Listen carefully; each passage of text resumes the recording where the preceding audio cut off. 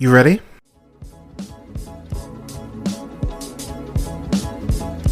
You're listening to the Real Pineapple Podcast Network.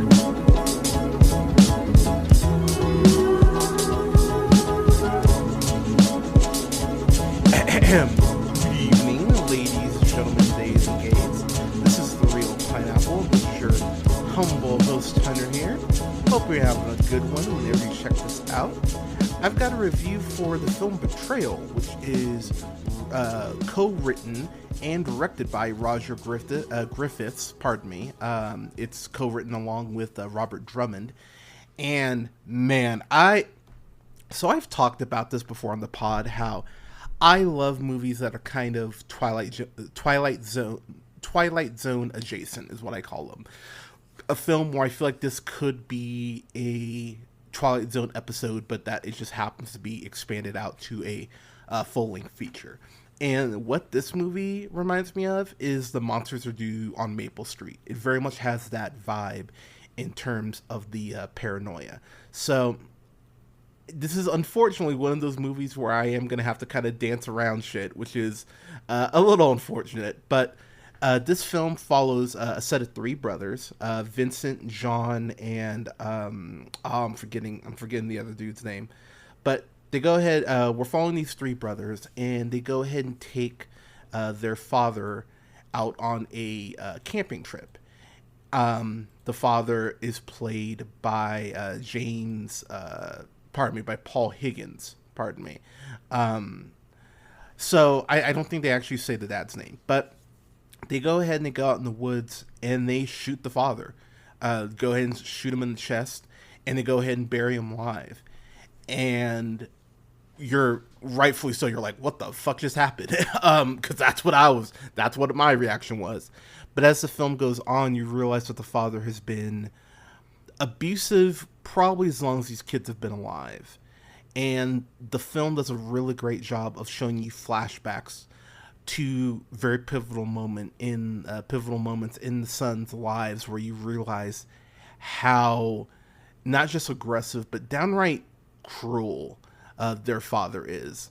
There's a moment involving an egg, which I won't spoil, where you just go, Jesus Christ, this guy sucks. And that's really the message I kept getting, is just how fucking monstrous this father is. And the more the film goes on, the more monstrous the father becomes, to a point where it is uncomfortable. But to be quite frank, this film should make you uncomfortable.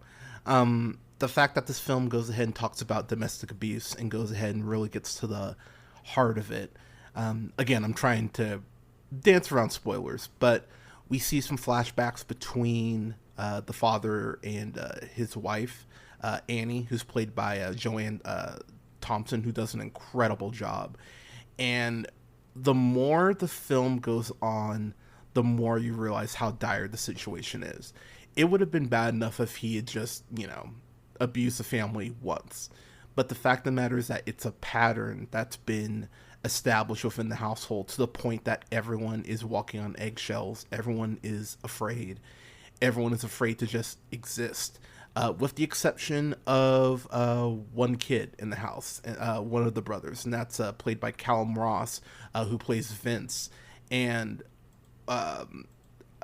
what's crazy about I think that's actually Brian. So I apologize, but IMDb doesn't really have like the names listed, which is very odd. But it's saying that Callum Ross plays Vince, so I'm gonna go with that. But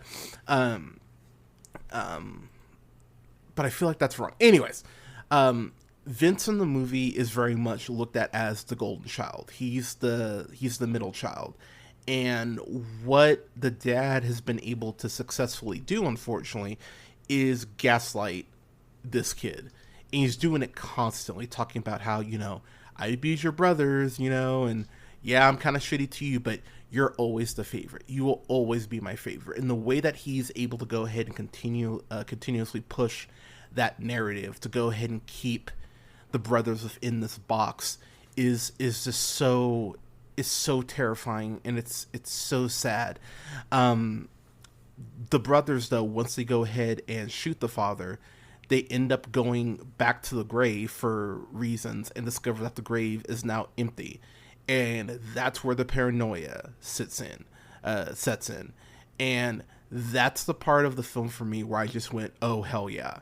Because it really does make you question a lot. It makes you question the strength of the bond between these siblings. It makes you question, oh my God, what happened to the dad? Did one of them dig him back up out of grief? Did he get out himself? Did someone else go ahead and dig him out?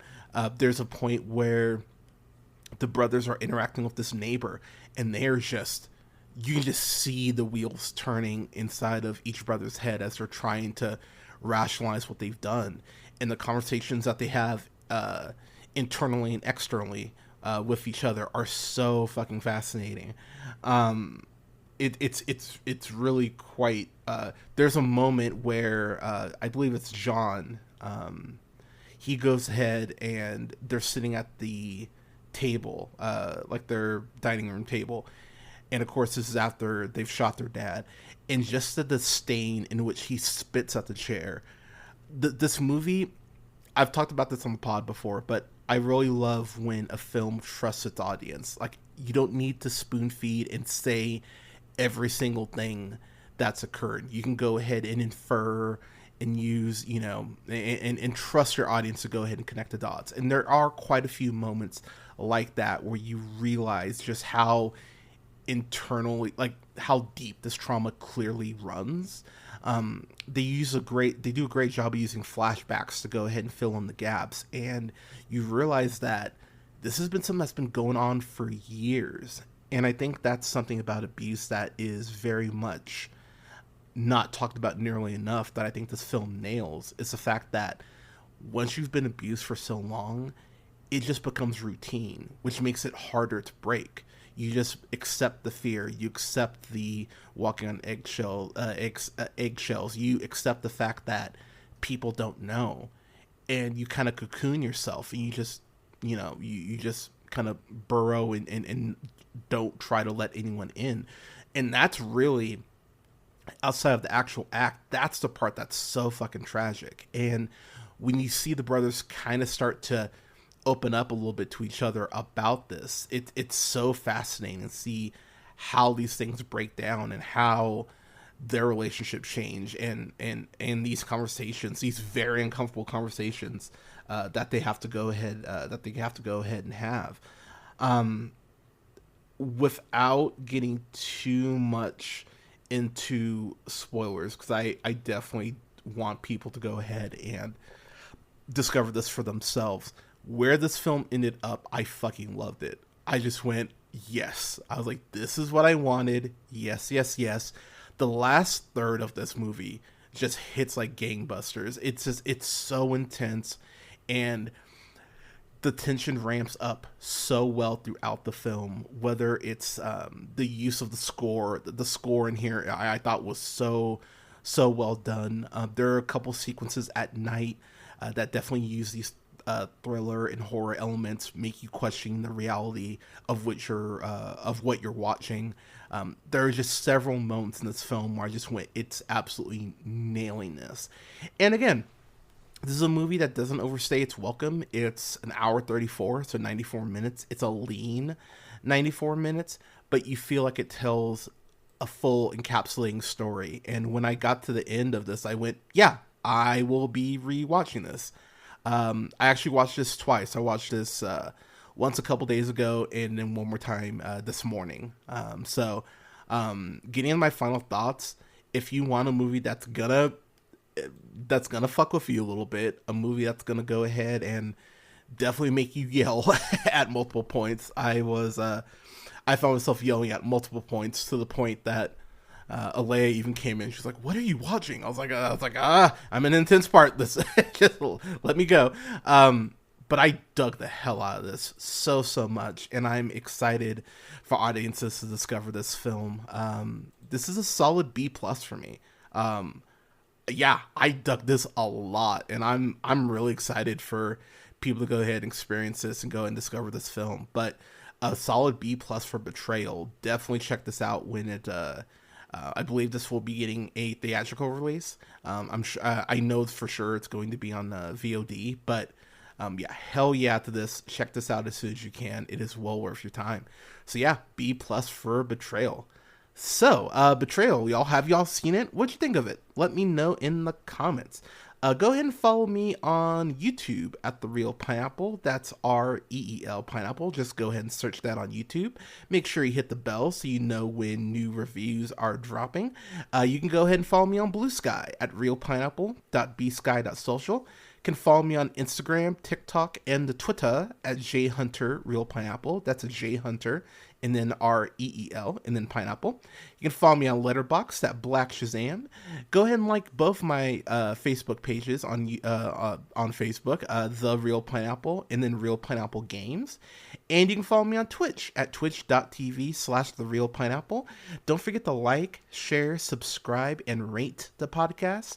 You can pretty much listen to The Real Pineapple wherever you listen to podcasts: SoundCloud, Apple Podcasts, Podbean, Stitcher, iHeartRadio, Spotify, Amazon Music, TuneUp, and Samsung Podcasts, to name a few, at The Real Pineapple. Thank you so much for listening, everyone. I'll have more reviews coming up for y'all soon. We are almost in October, so I'll be revealing my Halloween list as far as what we'll be reviewing for Halloween. I'll be reviewing that probably the last week of September. So get excited, because I've got some fun stuff. I'm excited to go ahead and add to the Real Scary series this year. But everyone, thank you so much for listening. Stay safe, take care of each other. Give someone a hug, give someone a compliment. We could all use some more positivity out there. And never forget, as always, to keep it real.